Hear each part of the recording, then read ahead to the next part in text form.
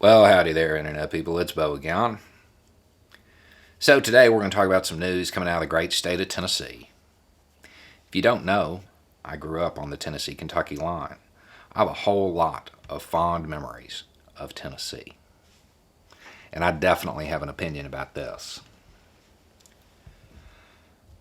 The Republican Party there has come up with a plan to end the employment of the entire historical commission because they reached a conclusion that the Republican Party doesn't agree with. And as I say Republican Party, I do want to acknowledge that there are a handful, not many, but a handful of Republicans in Tennessee that have the exact same face I do.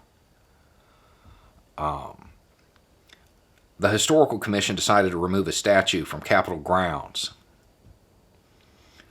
This has prompted claims of cancel culture from the Republican Party. Say that they don't want to erase it. They don't want to lose that piece of history. The statue, it's of Nathan Bedford Forrest. If you don't know who that is, hit up your favorite search engine. I am surprised a statue of him is still prominently displayed. I'm appalled that the Republican Party has a problem with removing it. From history standpoint, sure, I get it. He's an important historical figure. He shaped the southern United States for like 150 years. I get it. However, I don't know that he really deserves a place of honor in the Capitol, and I would suggest that if you want monuments to his legacies, they already exist. See, in the state of Tennessee, there's a park called Fort Pillow. During the Civil War, there was some, let's just call it unpleasantness at Fort Pillow. Forrest had his troops open fire on surrendering, fleeing, and wounded American warriors. The incident was so outrageous that Lincoln kind of said, do it again and find out. Issued this proclamation that was basically an eye for an eye. Said that anything that was done to a surrendering American soldier, well, they were going to do it to a Southern POW. So if you want a monument to his military legacy, it already exists in Tennessee.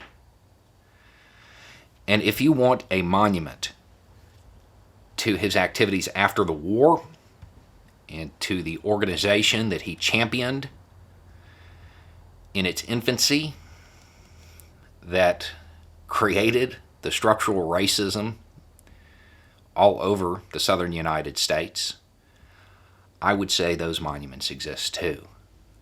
At the final resting places of David Jones, Joseph Reed, Bill Gilmer, Eliza Woods, Amos Miller, Jim Taylor, Tom Moss, Calvin McDowell, this list goes on.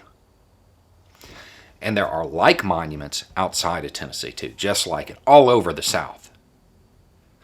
Yeah, maybe his organization, the one that he championed in its infancy, the one that he definitely led to become the organization that we all know. Maybe they weren't responsible for every single one of them, but they were certainly responsible for the attitude. Those monuments exist. His legacy is secure. He will be remembered, no doubt. We don't need a bust of him in the Capitol. I would suggest that the people of Tennessee have given a lot to this country. Historically, a lot. There are better heroes. There are people more deserving of being in that spot. There are people who would unite rather than divide. The thing about it is, I don't even understand it. It's appalling that this statue is still there.